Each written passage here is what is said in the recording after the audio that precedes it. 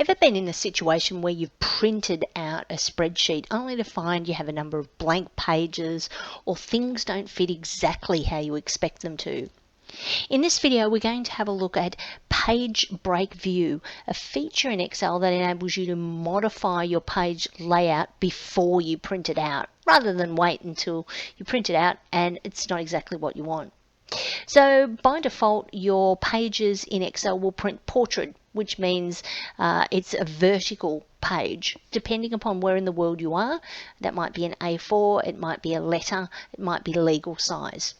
Now, if you come down to the bottom right-hand corner, there's a little window here, and this is called the Page Break View. If you click on this icon here, Page Break Preview, it shows me exactly where the page breaks are going to occur. So at the moment, I can see that these pages are portrait because there's 52 lines.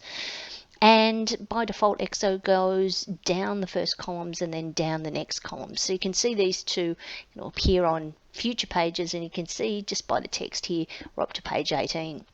Let's just say you wanted all this data on the one page. The first thing I'd be doing is I'd be resizing these columns to make them a little smaller, and already you can see that's made an impact, and it's brought the width of the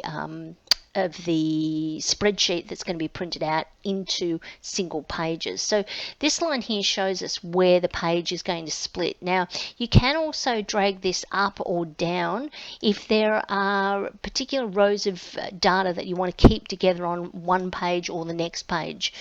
Just be aware that Excel will automatically shrink the font size in order to make sure all this data here fits on a page. So that's a great way of making sure that before you go and print something out, everything displays.